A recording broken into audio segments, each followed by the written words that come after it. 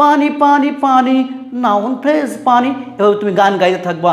তুমি noun phrase কখনো ভুলে গেলেও নাউন ফ্রেজ তোমাকে ভুলতে পারবে না।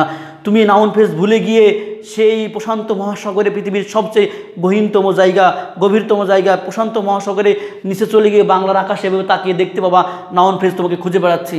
তুমি কখনোই নাউন ফ্রেজ ভুলতে পারবে না। আসো তোমরা ক্লাসটি করো এবং নাউন ফ্রেজ আজীবনের জন্য শেষ করার স্বাদ নাও। সুপ্রিয় ভিউয়ার্স, আসসালামু আলাইকুম। তোমরা সবাই কেমন আছো? আজকে আমরা নাউন ফ্রেজ নিয়ে ক্লাস করব।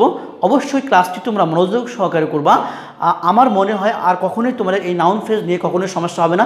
নাউন ফ্রেজ তোমার কাছে হয়ে যাবে পানির মতো সহজ এবং তুমি মনের সুখে গান গাইবা নাউন ফ্রেজ পানি। দেখো, নাউন ফ্রেজ কি? সবসময় সাবজেক্ট এবং অবজেক্ট হিসেবে যেটা ব্যবহার হয় সেটাই নাউন ফ্রেজ ব্যবহার হয় কীভাবে? সাবজেক্ট এবং অবজেক্ট হিসেবে ব্যবহার হয়। দেখো, মাত্র তিনটা ট্রিক্স শিখলে আজীবনের জন্য নাউন ফ্রেজ শেষ। কি বলছি? আর্টিকেল প্লাস নাউন ফ্রেজ, মানে আর্টিকেলের পরে যে ফ্রেজটি থাকে সেটা নাউন ফ্রেজ হয়। আচ্ছা, ফ্রেজটা কি? ফ্রেজ হচ্ছে এমন কতগুলো শব্দ যার মধ্যে কোনো ফাইনাইট ভার্ব থাকে না। ফ্রেজের মধ্যে কোনো কি থাকে না?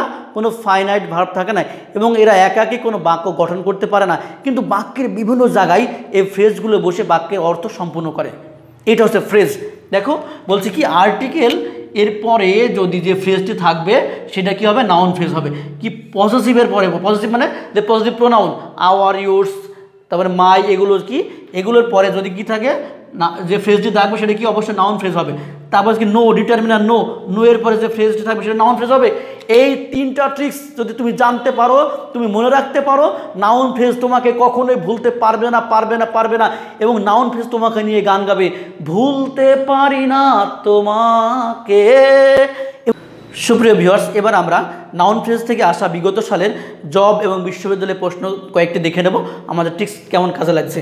দেখো, they hired a huge beautiful home. দেখো, এখানে কি রয়েছে? আর্টিকেল রয়েছে। বলছিলাম আর্টিকেল এরপর কি? নাউন ফ্রেজ থাকবে। তাহলে আর্টিকেল পরে কি? এটা অবশ্যই নাউন ফ্রেজ, চোখ বন্ধ করে নাউন ফ্রেজ। তারপর দেখো, নো ডিটারমিনার পরে কি? নো ডিটারমিনার পরে কি থাকবে? এই যে ফ্রেজটি থাকবে সেটা কী হবে? অবশ্যই নাউন ফ্রেজ হবে। Bipul is a man of letters. এ দেখো, এখানে কি রয়েছে? এ রয়েছে, আর্টিকেল রয়েছে। আর্টিকেল পরে যে ফ্রেজটি থাকবে সেটা কী হবে? অবশ্যই নাউন ফ্রেজ হবে। দ্য ক্যাট, এখানে আর্টিকেল রয়েছে। কি এটা? সবগুলোই বিগত সালে আসা প্রশ্ন, অবশ্যই গুরুত্বপূর্ণ প্রশ্নগুলো আমরা দেখছি। To read newspaper. দেখো, এখানে ইজ রয়েছে, ভার্ব। ইজটা কি আমরা জানি? ভার্বের পরের অংশটা কি? এটা হচ্ছে অবজেক্ট, আর এটা কি? এটা সাবজেক্ট। আমরা জানি সাবজেক্ট এবং অবজেক্ট হিসেবে কী ব্যবহার হয়? নাউন ব্যবহার হয়। সাবজেক্ট এবং অবজেক্ট হিসেবে কী হয়? নাউন ব্যবহার হয়। তাহলে সাবজেক্ট এবং অবজেক্ট সেটা কি? এরপরে কি হবে? সাবজেক্ট এবং অবজেক্ট সবসময় কি? নাউন ফ্রেজ থাকবে। তাহলে সাবজেক্ট এবং অবজেক্ট যে ফ্রেজটা থাকবে সেটা কি থাকবে? অবশ্যই নাউন ফ্রেজ থাকবে। এই চারটা ট্রিক্স যদি তোমরা মনে রাখতে পারো, আজীবনের জন্য নাউন ফ্রেজ শেষ। তুমি নাউন ফ্রেজ ভুলে গেলেও নাউন ফ্রেজ তোমাকে ভুলতে পারবে না। তুমি নাউন ফ্রেজ যদি পা ধরি বলো, নাউন ফ্রেজ তুমি আমাকে ভুলে যাও, তবুও নাউন ফ্রেজ কখনো তোমাকে ভুলতে পারবে না। ক্লাসটি যদি তোমাদের ভালো লাগে, অবশ্যই তোমরা কি কমেন্টে তোমাদের মতামতটি জানাবা, বেশি শেয়ার করবা। দ্যাট মিনস যত বেশি শেয়ার তত বেশি কেয়ার। আজকের মতো এই পর্যন্তই। আসসালামু আলাইকুম ওয়া রাহমাতুল্লাহি ওয়া বারাকাতুহু।